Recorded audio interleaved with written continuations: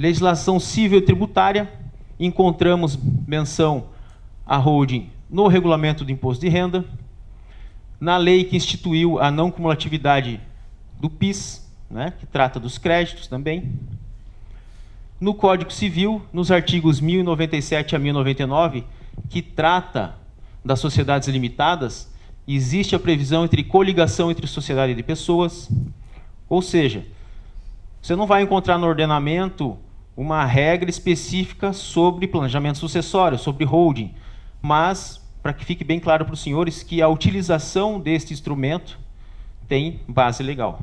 Tá? É claro, vai depender da forma como esse planejamento vai ser realizado, desencadeado. Se ele for feito dentro da legalidade, ele vai ser legal. Agora, quando o agente que está desenvolvendo esse planejamento, se ele cometer alguma ilegalidade, claro, todo o planejamento pode sair pela culatra se ele não for bem realizado, né?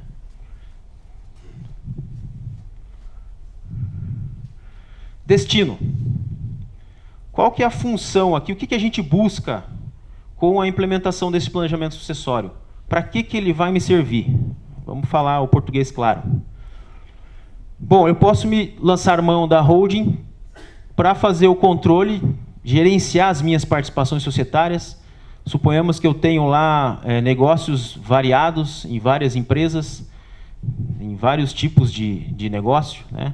O sujeito tem lá, o investidor, ele tem empresas no ramo hoteleiro, ele tem empresas no ramo comercial, na indústria, enfim. É um investidor ativo que tem várias frentes de negócio. Ele pode lançar mão de uma holding de participação societária, onde ele terá o controle absoluto daquela holding, né, numa pessoa jurídica, e essa holding vai participar dos vários negócios dele como acionista ou cotista. Ainda que ele tenha outros sócios, ainda que outras famílias sejam envolvidas nessas atividades operacionais. Uma das formas dele concentrar esse poder na família dele e gerenciar de uma forma uníssona a participação societária dele é constituindo uma holding de participação societária, para que essa holding, com esse CNPJ específico, seja sócia em várias outras operacionais. Participação ou controle societário, segregação entre a atividade operacional e o patrimônio. Isso aqui a gente vai conversar bastante, é muito importante. Aqui entra o contexto da proteção e cuidado com a palavra blindagem, tá, pessoal? Não existe blindagem patrimonial, tá? Apaguem isso do dicionário dos senhores, tá? Existe proteção, mas não existe blindagem, né? E por que não existe blindagem? Porque existe a Receita Federal, né? Por isso, não tem como. Proteção patrimonial, muito cuidado, bom senso na hora de aplicar esses termos. Segregação da atividade operacional e patrimonial. Por quê? O investidor, ele tem ativos societários, né? Empresas operacionais, da onde ele tira a renda da família, né? E com isso ele vai, ao longo dos anos, juntando patrimônio, comprando imóveis, né? Compra lá um apartamento na praia, uma chácara, imóveis de aluguel, enfim. Muitos empresários nesses últimos anos se tornaram investidores imobiliários, né? A gente sabe, na realidade do mercado. Hoje a coisa está um pouco mais devagar, mas enfim.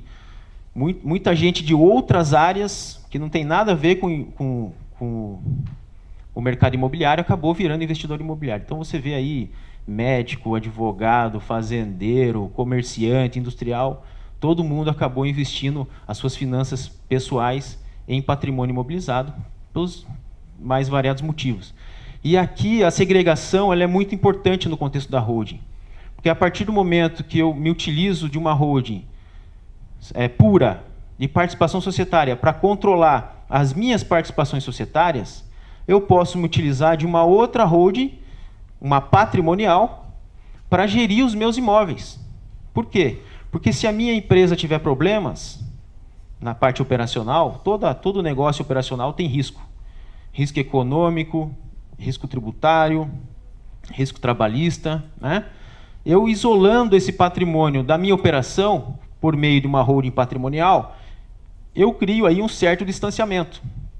E se esse isolamento for feito no momento onde o cenário é favorável, ou seja, eu não tenho nenhum passivo na minha empresa, não tenho nenhum passivo trabalhista, não tenho nenhum passivo tributário, na minha pessoa física também não tenho nenhum passivo. Nesse momento, quando eu faço a segregação, aí sim está instituída uma proteção patrimonial. Dependendo, se não tiver nenhuma comunicação entre uma holding e outra, nós temos aí uma proteção, uma separação. O que isso vai me proporcionar? Uma segurança, no mínimo psicológica. No mínimo. E ela não é só psicológica, claro. Eu saber que eu vou poder trabalhar de forma tranquila na minha atividade operacional, aquela que eu tenho riscos, que eu corro risco todos os dias. Todos os dias eu corro risco de ser processado, né? O meu avô já dizia que a pior profissão no país, no Brasil, é ser empresário, né? O empresário ele leva de todos os lados, né? De cima e de baixo. Então, o fato dele ir trabalhar sabendo que a atividade operacional dele, por mais que esteja sujeita a intempéries econômicas, financeiras, políticas, hoje o nosso maior problema hoje no país é econômico e político, né? As coisas estão caminhando ali lado a lado.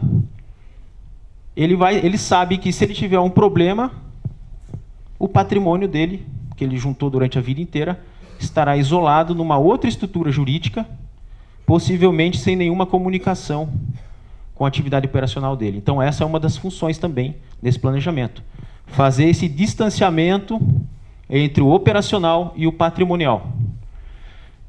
Quando eu faço essa segregação, eu passo a administrar os meus imóveis, os meus bens imóveis próprios, né?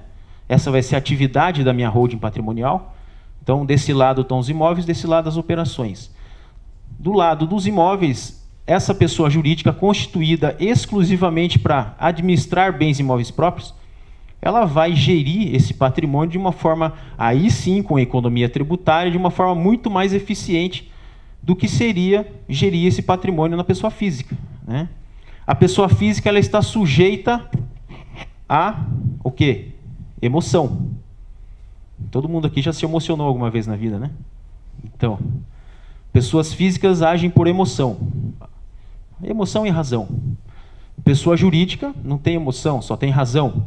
Então as coisas vão ser tratadas de um outro nível, de uma outra forma aqui, né? Na holding patrimonial. Essa gestão do patrimônio vai possibilitar, por meio de uma pessoa jurídica, vai possibilitar ter acesso a alguns benefícios que estão presentes na legislação, que não é segredo para ninguém. Por exemplo, a gente vai passar com mais detalhes, só o fato de eu gerenciar as minhas receitas de aluguel, por exemplo, de imóveis próprios, e administrá-las numa pessoa jurídica, já me traz uma economia tributária em relação à pessoa física. Então, esse já seria um benefício imediato. O planejamento sucessório, que é de suma importância, que a gente já vem comentando com os senhores, né? O destino desta holding, para promover, e a gente vai entrar nos detalhes, promover essa sucessão em vida de forma planejada, de forma a evitar todas as intempéries e os desgastes que um inventário traz, né, para o seio familiar. A minimização e a gestão de conflitos familiares. Aí você diz, Diogo, então eu vou constituir uma holding para minha família e aí eu posso morrer tranquilo, ninguém mais vai brigar. Falei, não. Se os seus herdeiros quiserem brigar, eles podem brigar, a hora que eles quiserem. Só que vai faltar motivo, ou os motivos serão diminuídos, né?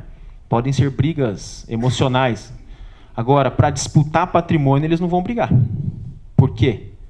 Porque nós já vamos fazer uma divisão em vida, não uma divisão do patrimônio, mas a sucessão em vida. As regras estarão estabelecidas de forma clara. E por quem? Quem que vai estabelecer essas regras? O patriarca. Que quando ele não estiver aqui, ele não vai mais poder ajudar na divisão. Então, esse é o momento de sentar e se discutir o que fazer. E a gente está percebendo um movimento muito positivo dos empreendedores, das famílias, para já começar a antecipar essa sucessão. Eu atuo nesse mercado já há 10 anos, a gente já percebeu uma mudança muito grande do perfil do investidor, na proatividade. Antes, por mais das vezes, a gente, como profissional da área, igual os senhores, né? Eu não sou contador, mas a gente está envolvido aí no meio empresarial, da mesma forma, a gente está do mesmo lado. Muitas vezes a gente ia conversar ou propor essa ideia para o patriarca, porque a gente identificava o perfil patrimonial dele, né, a necessidade de fazer essa sucessão. O empresário já, opa, peraí, você está querendo me matar? Sempre foi um assunto delicado. Como é que faria para o filho chegar e conversar isso com o pai? É um campo minado, é complicado tratar dessas questões, né? Hoje isso está se invertendo. Hoje nós estamos sendo procurados pelos patriarcas para adiantar essa situação, porque eles já estão começando a perceber que o planejamento é a melhor solução, né? Muita gente conhece outras pessoas que já passaram por conflitos, por disputas, então ninguém quer passar por isso. Dentro da minimização e gestão de conflitos familiares, o interessante é a possibilidade que a gente tem, aí já atuando mesmo no planejamento, de sentar com todos os familiares, de conversar, né? Às vezes a família nunca se reuniu para conversar sobre isso, sempre foi um assunto assim meio tenebroso ou nebuloso. É a oportunidade que a gente tem de sentar, verificar o perfil de cada um dos herdeiros, de cada um dos envolvidos na família, os anseios, as expectativas, a ansiedade de cada um. Então a gente consegue ir na raiz do problema. O que te preocupa? Me preocupa porque a minha irmã assim, assim, assim, meu pai assim, assim, assim. Então a gente vai filtrando, né, verificando o perfil de cada herdeiro, qual é ali a matriz de um eventual conflito, a origem de um eventual conflito. Identificando isso, a gente consegue direcionar o planejamento de forma que a família continue aí operando as suas atividades, sejam elas econômicas ou até o relacionamento familiar, de uma forma mais tranquila. E é notável a diferença que faz na vida daquela família. Quando a família está preocupada já, eles já estão se mobilizando para conversar sobre o assunto, aquele clima tenso. Depois que a gente propõe as ideias e demonstra aqui as vantagens do planejamento, a família já fica bem mais leve, voltam até a almoçar junto no domingo. Tá? Proteção e perenidade patrimonial, a gente já traçou aqui também alguns parâmetros, faz parte dessa segregação. E a eficiência tributária, que a gente vai passar em alguns slides, alguns pontos. Bom, aqui, para não ficar só no aspecto da holding familiar, eu fiz um resumo, a gente vai passar rapidamente por ele, para demonstrar, no caso de uma holding pura, aquela holding que só tem participações societárias. Tá? Ela não vai gerenciar necessariamente um patrimônio, imóveis, ela vai gerenciar participações societárias. Qual as vantagens de eu lançar mão desse instituto? Eu separei aqui por categorias, as vantagens voltadas aos aspectos administrativos, aos financeiros econômicos e aos aspectos societários e tributários. Aqui, passando rapidamente, qual é a vantagem de eu me utilizar de uma holding pura para gerenciar as minhas participações societárias? As possíveis vantagens: facilitar a administração do grupo empresarial, como eu já adiantei para os senhores, né? Eu tenho lá várias frentes operacionais e com apenas uma pessoa jurídica eu consigo participar de todas elas e uniformizando a minha participação societária. Então eu trago para mim o controle dessa participação numa única empresa. Eu não tenho lá um CPF em cada empresa, um filho em cada empresa, vira aquela confusão, né? Você fala nisso, os nossos amigos contadores já fazem até assim, porque eles sabem que, às vezes, os empresários fazem aí uma ginástica olímpica, né? Falta até filho em casa, falta CPF, para ele conseguir gerenciar tudo. Mas, enfim, aqui já é uma forma de otimizar essa administração. Atuar como procuradora de todas as empresas do grupo empresarial junto aos órgãos do governo e instituições financeiras. Isso é muito importante, né? Veja, na captação de recursos, por exemplo, né, a instituição financeira vai analisar o meu perfil patrimonial, né? Eu preciso de crédito daquelas 10 empresas que eu tenho, quem sabe um dia, né? Mas, enfim, daquelas 10 empresas, eu preciso captar recurso financeiro para uma delas. E nem sempre as 10 atividades estão bem. Às vezes uma está com mais sucesso, a outra, né, devido às as interferências do mercado aí está com dificuldades. O que eu posso fazer? Por meio da holding, que está controlando todas essas participações, eu tenho um acervo todo patrimonial reunido numa única controladora. E com esse acervo, eu vou sentar com o meu gerente do meu banco e negociar com ele uma melhor condição para a obtenção de um crédito, por exemplo. Não que esse seja o momento mais favorável para você pedir crédito para o banco, mas essa fase vai passar e esse desenho vai se manter. Então você vai agir ali como procurador, sendo o representante legal, o acionista ou o cotista majoritário daquela holding, né? Você tem todo um acervo patrimonial uniformizado para representar aí a sociedade perante órgãos públicos e instituições financeiras, inclusive perante os próprios órgãos, né? Otimização da atuação estratégica do grupo empresarial, consolidação das vantagens competitivas. Claro, se eu tenho lá o controle sobre um grupo, fica muito mais fácil de eu otimizar essas políticas estratégicas, econômicas, marketing, definir as políticas do grupo, né, por meio da controladora. Tenho mais eficiência nisso. Prestar serviços centralizados às empresas do grupo, atuando, neste caso, como um embrião de uma administração corporativa. Aqui, no caso da holding mista, aquela holding que controla a participação societária, mas também exerce alguma atividade operacional. Ela pode prestar serviço para as controladas, né? É possível essa interação. Centralizar, por exemplo, um serviço específico, logística, que seja comum a todas as atividades. Eu posso concentrar isso numa única empresa, né? Na holding, no caso. Só um exemplo, a logística, tá? E atuar de forma mais eficiente. Vantagens econômicas e financeiras. Um ponto importante, facilitar o ingresso de investidores no grupo. Isso é, de fato, relevante, tá? Maior poder de negociação na obtenção de recursos financeiros, a gente já comentou. E também na negociação com terceiros. Isso afeta também, eu tenho lá um poder de compra muito maior, né? Poder econômico, vou fazer uso do meu poder econômico.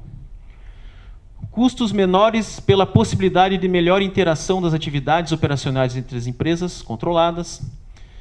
Aqui, ó, muito importante, isolamento das dívidas das controladas, expansão dos negócios rentáveis.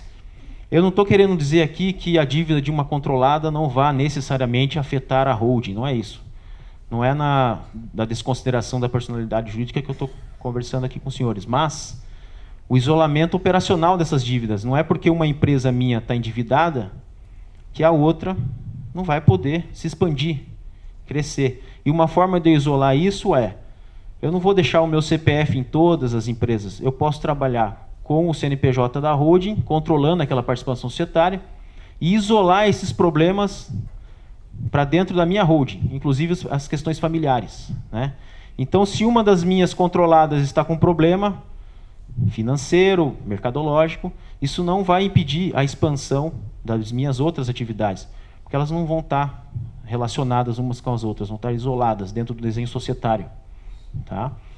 E, dependendo da situação, dependendo de como estiver o passivo daquela empresa, se aquele passivo não existia antes do planejamento, aí a gente pode até dizer que existe sim um isolamento, porque depois eventuais passivos de cada uma das controladas vão ser gerenciados de forma particular por cada controlada, né? Sem afetar o grupo como um todo.